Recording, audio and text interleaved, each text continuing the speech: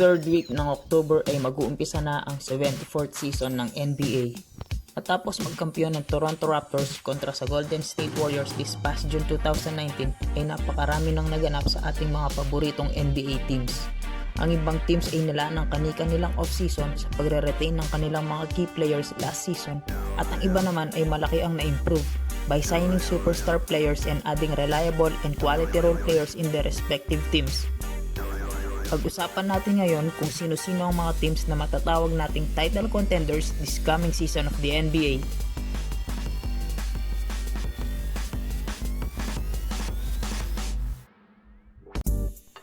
Number 1. LA Clippers. For the entirety, ang LA Clippers ay binansagang younger brother ng LA Lakers even though they're winning recently compared to the Lakers na 6 years na hindi nakakapasok sa playoffs. Sinasabi ng mga experts at analysts na malaki ang chance ng LA Clippers this season. Tinatawag ng marami na itong off-season na ito ay one of the most surprising off-season sa history ng NBA. Clippers pulled off the impossible by signing reigning Finals MVP Kawhi Leonard for 4 years, $142 million and orchestrated a mega trade for All-Star forward Paul George by giving up marksman Danilo Gallinari, potential All-Star Shai Gilgeous-Alexander at sandamakmak na draft pick sa OKC Thunder. By adding arguably two of the best two-way players in the league, both in their primes, ay hindi malayang makaabot ng NBA Finals ang Clippers at mayuwi ang kampyonato this year.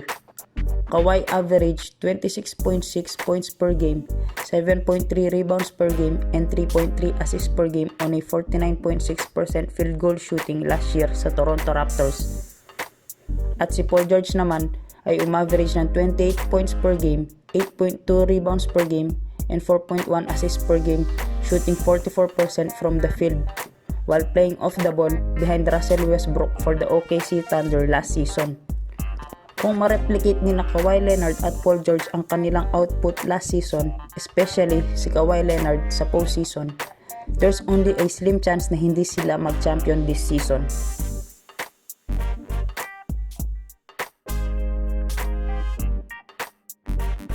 Isa pang pro sa Clippers ay ang kanilang team depth.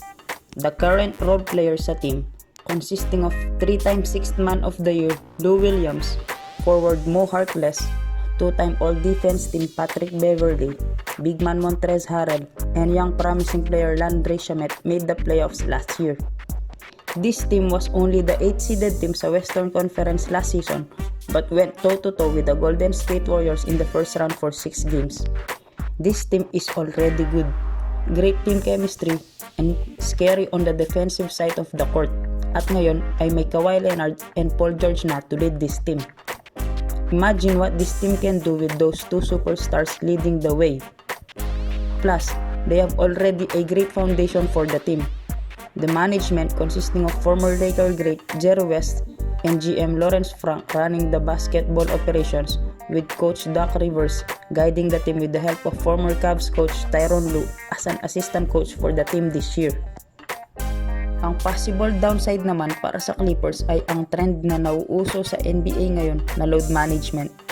Kawhi played 70 plus games for just 2 seasons only in his entire career. It means he needs this load management for him to be ready and fresh pagdating ng playoffs. While Paul George is coming off a surgery for both of his shoulders and ang balita ay he may not be ready to play until mid to late November of this year. The team is already planning to use the load management for both of them this season. Sinasabi na malaki ang magiging epekto nito sa kanilang posisyon if they want to have home court advantage come playoff time. Isa pang possible na maging con ay ang magiging value ni na Lou Williams at ibang players na nag-thrive sa system ni Coach Doc Rivers last season. What value can they give now for the team now that they have not just one but two ball dominant players sharing the basketball? All in all, the LA Clippers is projected to win around 56 games and a serious title contender for this upcoming season according sa mga basketball experts, even with the load management being implemented for both of their stars. Next, ang Philadelphia 76ers. Last year ay nagtapos bilang third seed ang Philly sa Eastern Conference. Tinalo ang Brooklyn Nets in 5 games sa first round at natalo naman sa Toronto Raptors in 7 games sa second round.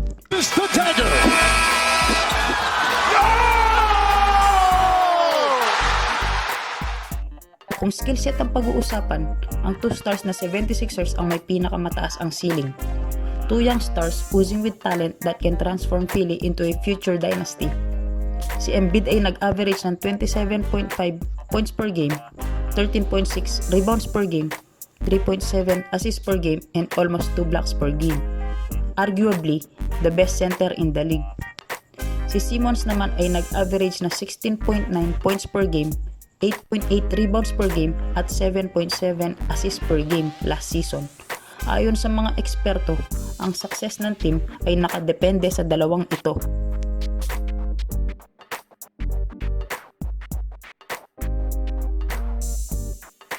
This off-season ay na-resign nila si Tobias Harris na nagkaroon ng breakout season last year bilang miyembro ng LA Clippers bago siya na-trade sa Sixers, averaging almost 20 points per game and 8 rebounds per game.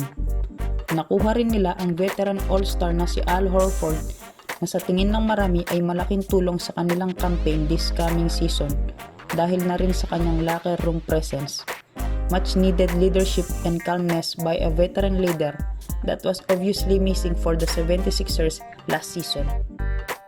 Ang nawala naman sa team ay si Jimmy Butler na nag-sign sa kuponan ng Miami Heat via sign and trade, at sharpshooter JJ Redick na nag-sign naman sa New Orleans Pelicans.